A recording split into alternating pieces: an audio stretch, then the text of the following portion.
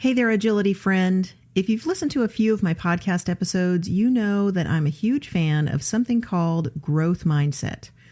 You can have access to the best instruction in the world, and you can have the best dog in the world and the best skills in the world. But if you don't have a solid mindset and approach to the challenges that sport and life are going to toss your way, you're not going to be able to really make the most of all of those bests that you have. You know, best instruction, best dog, best skills, all that stuff. I'm so passionate about the importance of our mindset when it comes to dog agility and really everything in life that I've written an ebook about growth versus fixed mindset, what the hallmarks of those two mindsets are, and how one can really propel you along your agility journey and one may really be holding you back, maybe without you even being aware of it. That ebook is not for sale anywhere, but it is available for free to subscribers of my email list. So if you're curious about what a growth mindset is, what a fixed mindset is, and how to ensure that you've got the right mindset for making the most of your dog agility training and handling journey, head to podcast.theagilitychallenge.com and scroll down till you see the link to subscribe to my email list and get that ebook. It's totally free and it's a game changer. Check it out today at podcast.theagilitychallenge.com. This week's agility challenge tip is embrace struggle. Here's an excerpt from Daniel Coyle's Little Book of Talent, which I refer to in every one of these agility challenge talent tips. At all of the talent hotbeds, from Moscow to Dallas to Brazil to New York, I saw the same facial expression. Eyes narrow, jaw tight, nostrils flared, the face of someone intently reaching for something, falling short, and reaching again. This is not a coincidence. Deep practice has a telltale emotional flavor, a feeling that can be summed up in one word: struggle. I've brought this up again and again in podcast episodes, private lessons, workshops, online classes, office hours, you name it. Embracing struggle can itself be a struggle for me, and I know I'm not alone or unique in this, or it wouldn't be written up in memes, motivational quotes telling me to embrace struggle, or the book that I reference in this mini podcast episode each week. Even so, saying to embrace struggle and knowing that embracing struggle is good is one thing. It's actually fully being able to be in that mindset that is something entirely different, especially if it's not a mindset that you were brought up with or a mindset that you have ease getting on board with. And in his little book, The Little Book of Talent, Daniel Coyle points out what we all know, that most of us instinctively avoid struggle. Struggle's uncomfortable. Struggle doesn't feel good. Struggle can feel like failure. And at any level in sport, but especially at the higher levels, and if you have an inexperienced teammate, I have two of them currently, or if you're actively working to get to a higher level in sport, heading to a competition, running hard courses, it can really feel like a struggle, and then almost immediately like failure. At the moment, I have two youngsters. They're both less than 3 years old. They're coming up on 3. They'll be 3 in May. And we're getting to the point where we have a lot of brilliance in our runs, but also not so many clear rounds. It's just little stuff. Sometimes it's just one little thing at this point, which at the level we're competing at is pretty impressive for their age. But still, sometimes it can feel like a struggle. Many might ask, why in the world would somebody continue to put themselves in the face of feeling frustrated? Why would anybody want to struggle? And maybe you're asking yourself that. Why in the world do I continue to put myself in the face of feeling frustrated? Why am I continuing to struggle? Well, when it comes to developing your talent, struggle isn't an option. It's a biological necessity. And as the author of that Little Book of Talent says, this might sound strange, but if you think about it, it makes sense because it's the way evolution built us. The struggle and frustration that you feel at the edges of your abilities, that uncomfortable burn of almost, it's the sensation of constructing new neural connections. And it's a phenomenon that UCLA psychologist Robert Bjork calls desirable difficulty. Your brain works just like your muscles in this sense. No pain, no gain. I know this. I've heard or read this thousands and thousands of times. And yet sometimes I still feel uncomfortable struggling. Sometimes I still battle the urge to back away from it and retreat to a more comfortable place. And sometimes that's appropriate. Sometimes it's good and healthy to be in your comfort zone, to take a break from struggle. But I've also gotten better with that feeling of discomfort that comes with struggle. I've gotten better at looking for ways to struggle, looking forward to ways to struggle, and having that attitude of, yeah, bring it on. And the way that I've gotten better with this is with practice. And I do try to remember that while my comfort zone might be a beautiful place, nothing ever really grows there. So even if I'm taking a break, taking a step back and spending a little time on the couch in my comfort zone, I know that nothing is growing there. And so I'm going to need to get up and get back to that area of discomfort and struggle if I'm chasing growth. So how do we get comfortable with really embracing struggle? How do we get to a point where we can stand tall, wade right in and rumble with struggle and have the faith and confidence that not only will it result in growth, but that what we consider to be a struggle now will soon be within our comfort zone. Awareness and recognition of the benefits of struggling is key, but also practicing struggle for the express purpose of improvement is also key.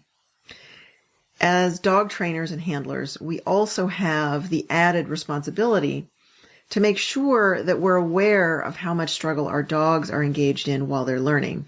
And I've talked a lot about in Agility Challenge office hours about how learning and motivation should really be thought of as two separate things. You really want your learner to be motivated and engaged and ready to learn, because learning can involve struggle and it can involve discomfort, and it for sure involves failure, because if there's no failure, there's no learning happening. So you really need to think about motivation and learning as two different things. And for us, for the human side, we have all sorts of reasons that we might be motivated to learn and embrace struggle so that we can grow, so that we can develop our talents. Developing talent, though, for us is not dissimilar to developing talent for our dogs. As living, breathing creatures, we will need to undergo some struggle as well to form new neural connections. So how do we ensure that while there may be some struggle required, it's all part of a fun game with a pretty motivating reward? Like I said, as handlers on the human side of things, we may have some complex and maybe not even tangible motivators that keep us going despite struggle. But how can we set things up so that we develop our own talent and the talents of our dogs? For me, from the time my dogs are puppies, I try to develop a sense of inquiry and a love for solving puzzles. Tasks may not be easy, but there's a lot of encouragement to persist and high rates of reinforcement along the way for reaching clearly defined and pretty well broken down goalposts, big jackpots, and genuine celebrations of success, particularly when I can tell that the task has been a struggle for the dog. So I make sure that my dog comes to the table engaged and motivated. We've got that history of engagement and motivation. And then I engage in some training and some learning, knowing full well that it might be grinding on my dog a little bit. There might be some struggle just in my dog trying to figure out what I want. So we go for it and we work on something for just a couple minutes maybe. And then at the end, we reconnect. We kind of take a breath and back away from the training and the learning, and we take a breath and we reconnect and celebrate those little successes, even if the only success was that the dog struggled and stuck with it. So that I can refill my dog's motivation and engagement bucket before we stop for the day, or maybe we take another breath and dive back into the deep end for training and learning. I have an example. So it's a topic that comes up a lot in the handling and training challenges in the agility challenge, and that is sending your dog to an obstacle. Now, a send is when you ask your dog to go ahead and take an obstacle that you're already moving away from or that you're distant from. And moving away from you as the handler to take an obstacle that's been cued with only a verbal and an arm cue, when you move away, maybe in the opposite direction even, can be very difficult for dogs psychologically. It seems like a simple thing to us, and it may be, physically speaking, a simple thing for you and for the dog, but there can be a high degree of uncertainty associated with whether or not the dog should take the obstacle in question if your motion is no longer supporting it. Your dog also, like you, can feel like something's a struggle. And this idea of ascend, when you're moving away but you want them to take it, the obstacle, is an example of something that may feel challenging and uncomfortable for your dog. It's something that we may not recognize as challenging, and so we may fail to recognize it and then reward it as something that was challenging for the dog. And it's something that's necessary for you to really be able to stay ahead on course and continue giving your dog good information, this idea of sending them to an obstacle. So it's a challenge that needs to be engaged in so that the dog can learn how the rules of the game go and so that you can handle them around the course. So that's just one example. You could probably think of dozens of examples of things that, when you sit down and think about it, might seem simple to you and might really be simple, mechanically speaking, but are in some way, especially mentally, challenging for your dog. And then for us and for our dogs, but I'll stick to us for a moment, embracing struggle can be a struggle in and of itself. It does seem to come easier for some than for others. It does seem to come easier for some dogs than for others. But again, that's the result of practicing embracing struggle over and over again. So if you're feeling like you're struggling, remember that you're exactly in the right place for growth to occur. And make sure you keep some records, because you're going to want to know when you're struggling that, oh yeah, if I look back, my struggle has actually moved on to more advanced or different topics. And then you can look back and realize, oh, yes, I'm still struggling. My feeling of struggle might be the same, but I'm struggling on much more advanced topics than I was a month ago, 6 months ago, a year ago, 5 years ago. And that's a great way for you to have some perspective on, while you may feel like you're struggling, you've got that feeling of struggle and discomfort. You have made progress. It's just like going to the gym. Or anything where you're trying for continuous growth. It never gets easier. You just get stronger.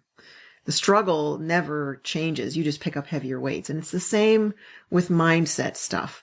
And it's the same with growth mindset versus fixed mindset. Maybe you're dealing with performance anxiety, that sort of thing. If you work on it, the struggle may never get easier, but you may find that now you're struggling to speak in front of a group of 500 people instead of speaking in front of a group of one person. So with this stuff as well, when it comes to purposeful practice, deliberate practice, and getting a little uncomfortable, it never gets easier. You just get better. And that is this week's Agility Challenge tip. Tip number 17. If you haven't listened to or watched tips 1 through 16, take a look at those. Leave a comment below and let me know what your thoughts are on this particular episode. And especially this last bit, the idea that it never gets easier, you just get stronger, or it never gets easier, you just get better. Does that resonate with you? It definitely resonates with me. And it's one that I really try and remember and aim for. Thanks for joining me on the Agility Challenge podcast with Daisy Peel. If you'd like to take your agility training, handling, and mental game to the next level, check out that ebook that I mentioned at the top of the episode. You can get it for free at podcast.theagilitychallenge.com. It's not for sale anywhere, and it's only available to subscribers of my email list. Getting on board with the right mindset when it comes to your dog agility handling and training challenges is a game changer, so make sure you check it out.